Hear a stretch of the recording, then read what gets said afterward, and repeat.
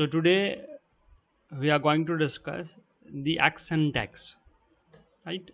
Previous આપણું જે session હતું અહીંયા આપણે પેજ જે હતા ને પેજ ડિરેક્ટિવ્સ પ્રીવિયસલી એ આપણે જોયા હતા. So now we are going to discuss the JSP accent tags, right? See, accent tags are used to do things without using Java inside the scriptlet. Means in the form of tags. તમારે કોઈ જાવા જે છે use કરવું હોય તો તમે without using scriptlet you can do, and they are used to control the flow, right? Accent tags are generally there for maybe transferring your control or flow from one page to the another page, or maybe sometimes maybe accent tags can also be used for using Java beans. જે આના પછી કાલે જ્યારે આપણે સમજાવીશ ત્યારની વાત છે. એટલે એક્શન ટેગનું કામ શું છે કે વિધાઉટ મીન્સ વિધાઉટ યુઝિંગ સ્ક્રિપ્ટલેટ્સ તમારે કોઈ એક પેજમાંથી બીજા પેજમાં ટ્રાન્સફર કરવું છે તો use the action tags. Means tags જ છે બટ JSP એક્શન ટેગ્સ કહેવાય, અને એનું કામ એ જ છે એક પેજમાંથી બીજા પેજમાં ટ્રાન્સફર થવા માટે. જો નીચે થોડાક એક લિસ્ટ આપ્યું છે, સમરાઇઝ કરેલી છે. They can be used, right?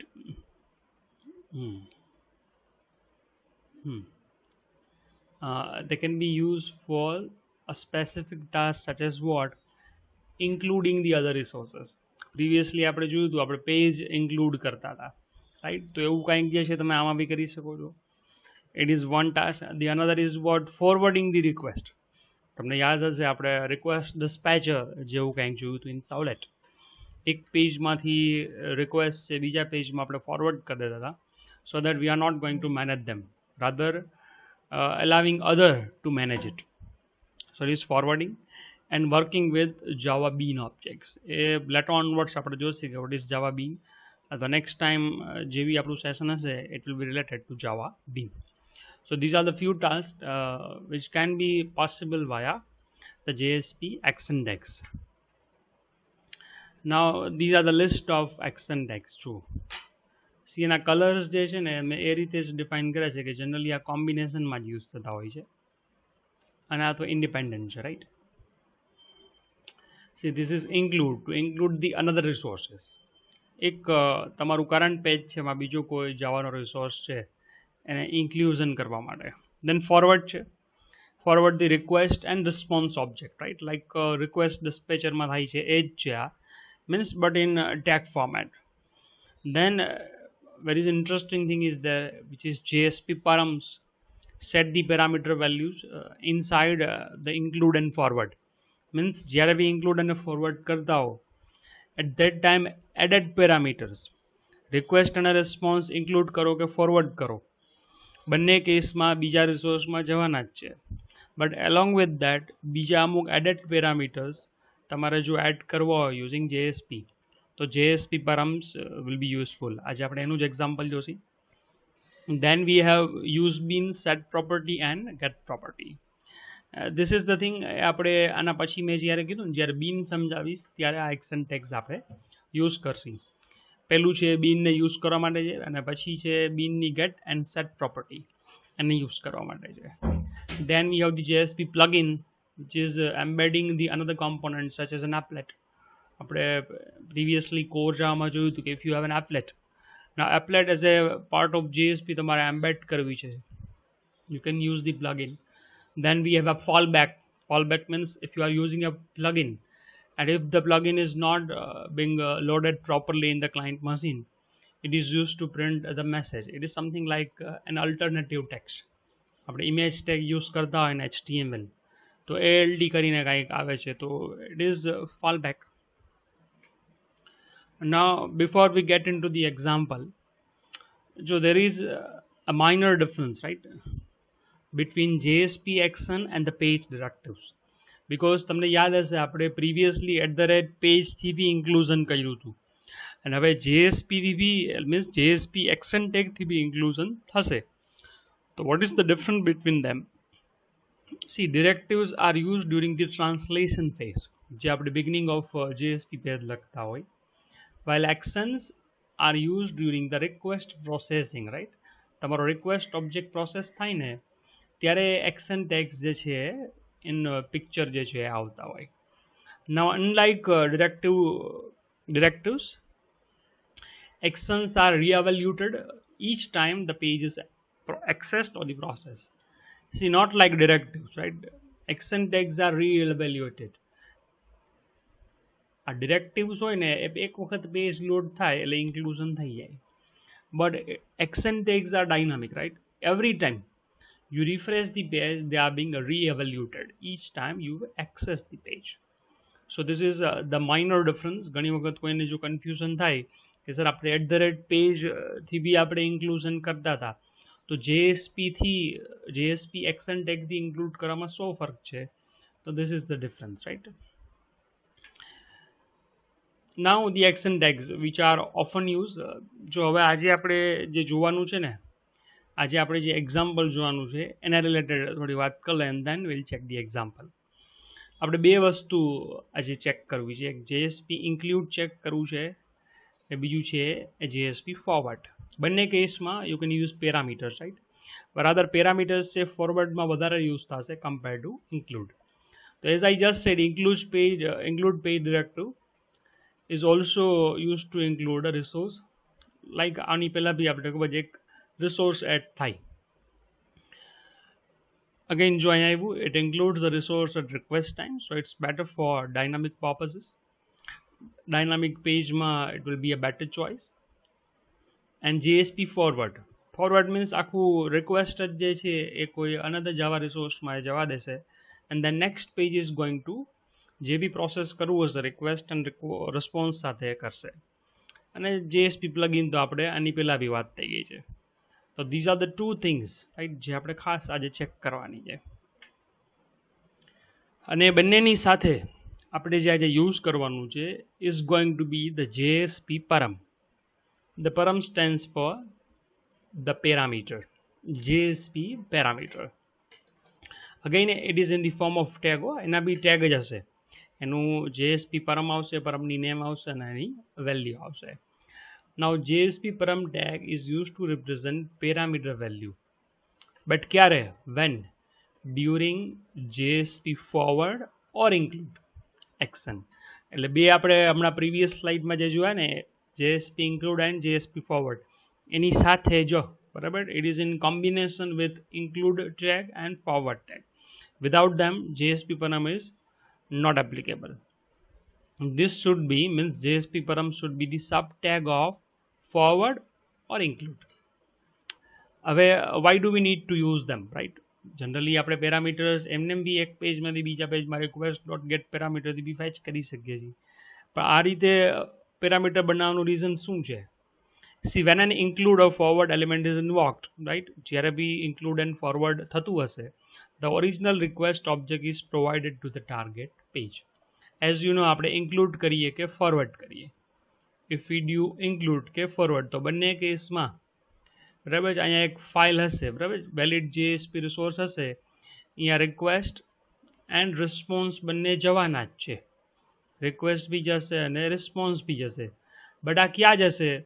અહીંયા આપણે ઇન્ડેક્સ પેજ હોય ને, ઇન્ડેક્સ પેજમાં તમે લખેલું હોય કે મારે ઇન્ક્લુડ કરવું છે, તો આ ઇન્ક્લુડ થઈ અને સીધું એ આ પેજમાં જાય. એ જ રીતના તમે લખેલું હોય કે ફોરવર્ડ, જેએસપી ફોરવર્ડ કરવું છે, તો અહીંયા જતું રહેશે. એ બંને કેસમાં ઇન્ડેક્સની બધી જ ઇન્ફોર્મેશન અહીંયા તમે request.get પેરામીટરથી લઈ જ શકશો, બટ એ કઈ આવશે? ઇન્ડેક્સ પેજની આવશે. બટ ઇન બિટવીન તમે ઇન્ડેક્સ પેજમાંથી આ જે બીજા પેજમાં જાઓ છો એની કોઈ ઇન્ફોર્મેશન તમારે એઝ અ પેરામીટર, બરાબર છે, એડ કરવી છે, તો યુ કેન યુઝ જેએસપી પેરામ્સ. હમણાં એક્ઝામ્પલ આવશે એટલે વધારે ખ્યાલ આવશે. This is what it mentions. Original request is already provided to the target page, but if you wish to provide the additional data to the page, you can append parameter to the request object by using the JSP param element, right? This might be the way. Let's see how. જો next slide માં આપેલું છે. See, this is the index page, right? આ પેલું index page આપેલું છે. ખરેખર આમાં બે પેજમાં આપણે એક્ઝામ્પલ બનાવશું ત્યારે એને ડિવાઈડ કરશે. અહીંયા મેં શું લખેલું છે JSP ફોરવર્ડ, રાઈટ. જો આ JSP ફોરવર્ડ ટેગ છે અને આ પેજનું મેં નામ આપેલું છે which is going to be 2.jsp. Means જ્યારે આ પેજ રન થશે એટલે સીધું આ ફોરવર્ડ પેજ થશે અને ફોરવર્ડ પેજની સાથે ધીસ પરમ્સ, જો પેરામીટર્સ છે આ રીતના બનાવવાના. JSP પરમ ટેગ, પછી અહીંયા એનું નેમ આવે, the name of the parameter and the value. Again the another parameter name and the value. અને અહીંયા JSP ફોરવર્ડ જે પૂરું થાય છે. જ્યારે આ પેજ એવેલ્યુએટ થાય એટલે કે રન થશે એટલે સીધું ઇન્ડેક્સમાંથી એ ક્યાં જતું રહે ખબર છે? 2 માં જ જતું રહે. અહીંયા ક્યાં ઇનપુટ કરવા જ નહીં દે, રાઈટ. સીધું ફોરવર્ડ થઈ જશે next page which is 2.jsp. તો 2.jsp માં લાઈક એની અધર પેજમાંથી આપણે કાંઈક રિક્વેસ્ટ કરતા હોય તો અહીંયા બી એ બસ ખાલી રિક્વેસ્ટ જો આ રીતે તમે કરી શકો. Name is equal to what? the request.get parameter, my name, and the subject is what? request.get parameter. But as I just said, આપણે આને બે પાર્ટમાં ડિવાઈડ કરશી. we'll divide it into two part. આ બે વેલ્યુ છે મે બી આ ફોરવર્ડની અંદરથી આવ, એક વેલ્યુ છે મે બી ફોરવર્ડમાંથી આવતી હશે, લેટ્સ સે સબ્જેક્ટ, અને પેલી વેલ્યુ આ માય નેમ છે મે બી બીજા કોઈ એક પેજમાંથી આવતી હશે. આપણે એવું કંઈક ડિઝાઇનિંગ કરશે, રાઈટ, સો દેટ તમને ખ્યાલ આવે કે પરમ જે છે એના પેરામીટર રિક્વેસ્ટમાં એડ કરતું જાય છે. એન્ડ તો ઓબ્વિયસ વસ્તુ છે એનું પેરામીટર જો ધી આઉટપુટ છે આ રીતે આવે. જો અહીંયા મેં ઇન્ડેક્સ ડોટ લખ્યું છે એટલે કે એનું જે URL છે અહીંયા index.jsp છે, પણ વેલ્યુ જે છે આ રીતે આવે છે 2.jsp માંથી, રાઈટ. જો અહીંયા આપેલું છે index and 2. અહીંયા જો 1b છે આપણે આવું 1b યુઝ કરશું અને પછી 2 જે છે એવી રીતે આપણે કામ કરવું છે, right. So let's check the example, right?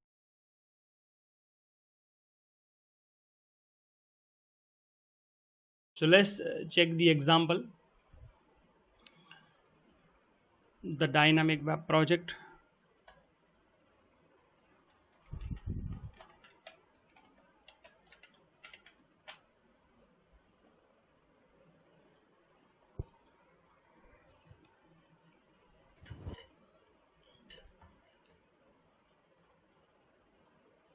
Let's add the first page. Index.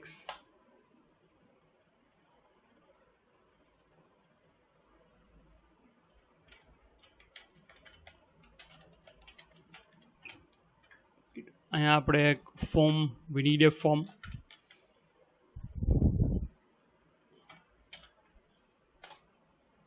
Form પછી એક એક્શન જોશે આપણે. અહીંયા આપણે પેજ 1, રાઈટ, એટલે પેજ 1 એવું જ નામ આપી દઈએ ચાલો .jsp. હવે પેજ 1માં ઇન્ડેક્સ પેજમાંથી આપણે કંઈક પાસ કરવું છે. લેટ્સ સે p, enter your name, and then we should have a valid input.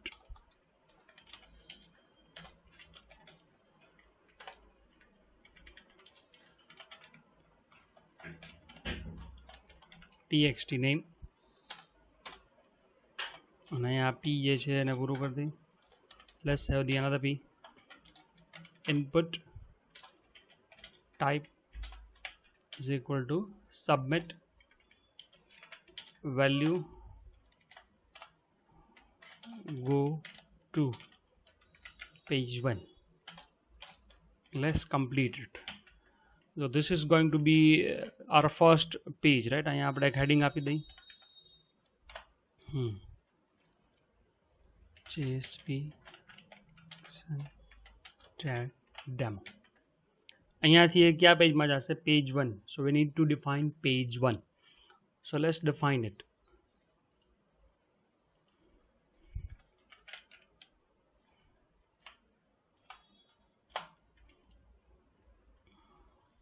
Okay, page 1.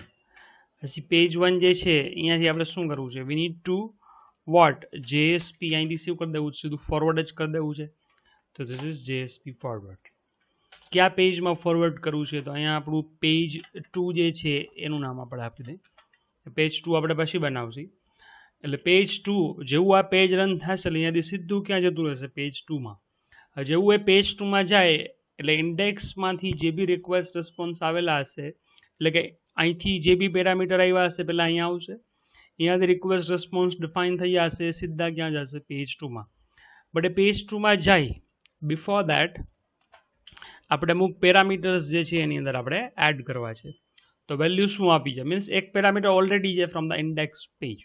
હવે અહીંથી આપણે બીજી કંઈક વેલ્યુ આપી છે, લેટ્સ સે advance Java and txt let's say subject એનું મેં નામ આપ્યું છે. So one parameter is going to be from index page, the another parameter is going to be from the next page જેનું નામ હશે txt sub. So page 2 જે છે it can retrieve two parameters, બે પેરામીટર રિટ્રીવ કરી શકશે. એક ઇન્ડેક્સમાંથી આવ્યું છે તે અને પછી પેજ 1 માંથી જ્યારે ફોરવર્ડ થાય છે ત્યારે એક પરમ જે બીજું એડિશનલ આપણે એડ કર્યું તે. So let's add the another page which is page2.jsp.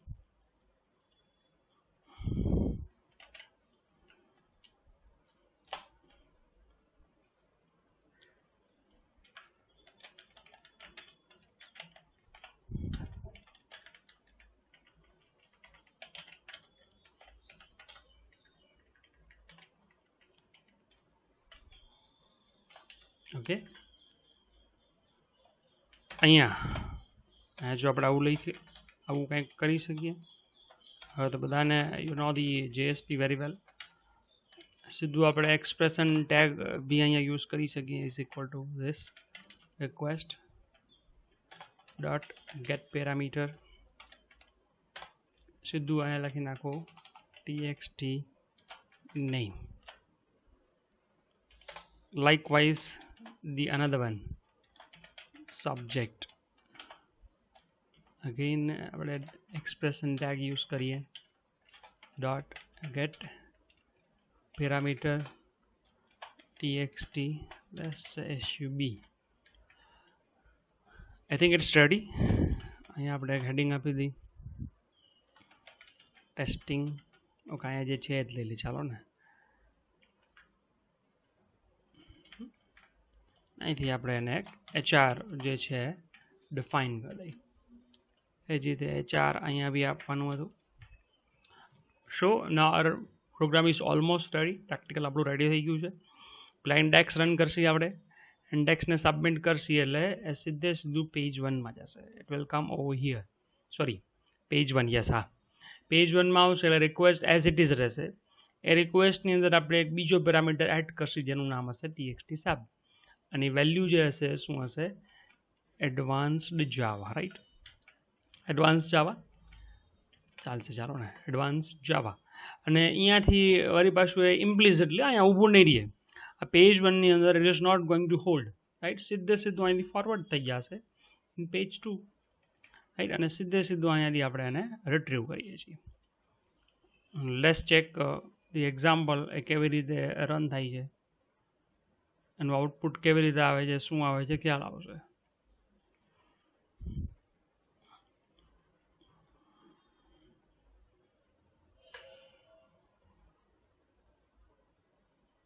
Okay, enter your name. Let me zoom it for you. My name is Ravi R. Ruza. Check this one. यहाँ जो ऊपर लखेलू JSP पेज 1 દેખાડે ખાલી JSP page 1 જ. આથી બધું output E2 ની અંદરથી જો અહીંયા આવે કે testing action tag with JSP પરમ. હવે એની સાથે સાથે તમને જો ખબર હોય તો ઇન્ક્લુડ બી આવતું હતું. તો લેસ એક કામ કરીએ આપણે એક હેડર ફાઇલ બનાવી લઈએ. ચાલ આટલું આઈ એમ શ્યોર બધાને ખ્યાલ આવી ગયો હશે. તો જો અહીંયા ધીસ પેજ જે છે અહીંયા આપણે અહીંયા નહીં પેજ 1 માં આપણે જો આ ફોરવર્ડ યુઝ કર્યું છે અને પેજ 2 ની અંદર આપણે ઇન્ક્લુડ કરશી તો હેડર જે છે મે બી અહીંયાથી આપણે યુઝ પેજ ઇન્ડેક્સ પેજમાં બી યુઝ કરી શકો. લેટ્સ સે JSP પેજ હેડર. હેડર શું આપવું છે, ખાલી હેડર જ લખો ને. અહીંયા મારે હેડર અહીંયા આવું છે તો આપવું છે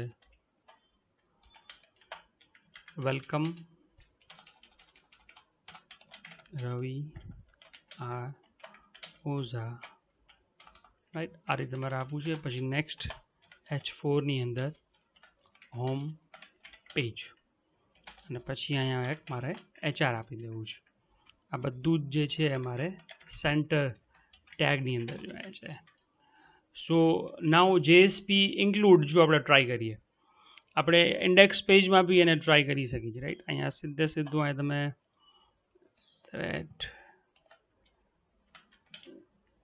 sorry JSP where is include, yes, સીધું પેજનું નામ આપવાનું. પેજનું નામ શું છે? header.jsp. જો આને ચેક કરીએ. હવે અહીંયા આપણે બેક કરી દઈ અને આપણે રિફ્રેશ કરી દઈ છે. This is include. અહીંયા આવી ગયું. હવે અહીંયા આપણે લખીએ રવિ આર ઓઝા, ગો ટુ. હવે અહીંયા જે આવ્યું ને, આ પેજમાં આવ્યું, અહીંયા બી આપણે એને ઇન્ક્લુડ કરી દેવું છે. તો પેજ 2 માંથી આઉટપુટ આવે છે. તો સેમ થિંગ અહીંયા જે આપણે ઇન્ક્લુડ લખ્યું છે, સીધું કોપી પેસ્ટ કરીને પેજ 2 માં આપી દો. આ ટેસ્ટિંગ થાય છે, ભલે એની પહેલાં જ આવી જાય. So it's ready now. Again આપણે બેક કરીએ, બરાબર. એને રિફ્રેશ કરી નાખીએ થોડુંક. રવિ આર ઓઝા છે. So this is your action tags in which we have seen the parameters along with the include and forward.